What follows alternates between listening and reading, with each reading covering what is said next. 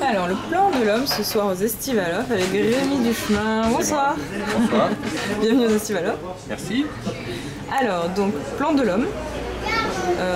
Racontez-nous un petit peu brièvement. Plan de l'homme, c'est un domaine que j'ai repris il y a 3 ans maintenant, en juillet 2009. Donc c'est une petite exploitation qui se trouve sur la commune de Saint-Jean-de-la-Blaquière, sur le terroir des terrasses du Larzac. C'est un endroit qui est intéressant parce qu'on est vraiment sur les contreforts du Larzac, en situation de coteau, et on a l'influence direct du Larzac pour ce qui concerne le côté climatique.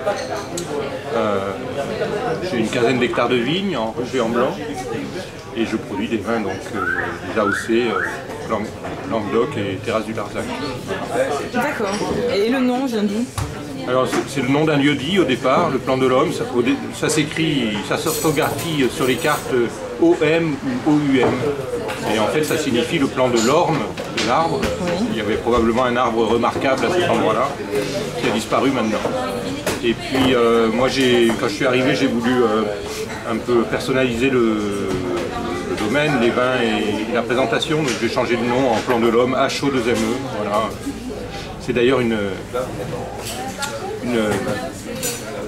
évolution toponymique habituelle, parce qu'il y a des tas d'endroits qui s'appellent le col de l'homme mort par exemple, qui dérive aussi du nom de l'arbre, de l'orme. D'accord. Et le symbole donc associé oméga? Oméga, c'est juste parce que homme, oméga, voilà ça. Et après on peut faire des tas d'interprétations, mais ça c'est à chacun de faire les siennes. Voilà.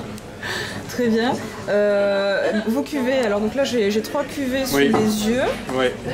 Alors racontez-moi un petit peu, donc on va partir de c'est le blanc.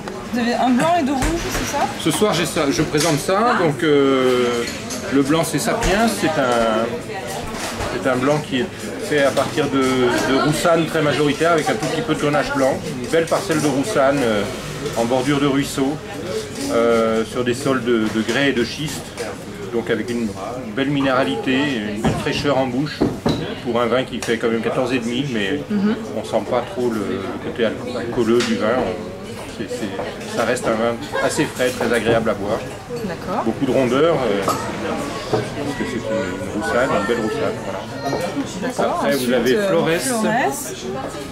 Donc Florès c'est intéressant parce que c'est un vin rouge qui est fait à partir de cinsault majoritairement. Oui. Avec un peu de syrah, un peu de grenache, mais un joli cinsault, en fait une vieille vigne qui est probablement une vigne d'œillade. L'œillade est une variété ancienne de cinsault, avec des grains un peu plus petits, donc un peu plus de concentration, un peu plus de matière que sur un cinsault. D'accord. Voilà. Et qu'apporte alors le cinsault aux autres cépages? Le cinsault, il est intéressant justement parce qu'il est... il produit des vins qui ne sont pas trop méditerranéens, entre guillemets, c'est-à-dire des vins qui ne sont pas forcément trop sur la concentration, sur la puissance. Ça amène un côté fruité, une bonne buvabilité des vins. D'accord. Et c'est un cépage aussi qui ne monte pas trop haut dans les degrés, donc c'est toujours intéressant. D'accord, très bien. Et donc pour finir, on a Évolution. Alors Évolution, c'est une cuvée que j'ai faite une seule fois sur le millésime 2008, donc à partir des vins qu'avait élaboré mon prédécesseur. C'est pas moi qui les ai vinifiés, mais j'ai fait un assemblage à ma façon. Donc c'est du grenache majoritairement avec un peu de syrah. C'est des vins qui sont vinifiés plutôt dans l'idée de faire des vins légers, entre guillemets, hein, tout est relatif évidemment. Oui. Mais plutôt sur le côté fruité, le côté léger, gouléant, autant qu'on puisse parler de vin gouléant dans le midi, quoi. Voilà. D'accord. Et pas de rosé? J'ai du rosé, mais... D'accord, pas ici. Ça l'est pas ce soir. Ouais. D'accord, très bien. Et donc là, alors votre actualité, donc j'imagine... Eh bien, on est au pays des vendanges, là. Ouais. On va commencer dans quelques jours par les blancs. Ouais. Ça se présente comment? Un millésime un peu déroutant, parce que les maturités ne viennent pas forcément dans l'ordre où on les attend.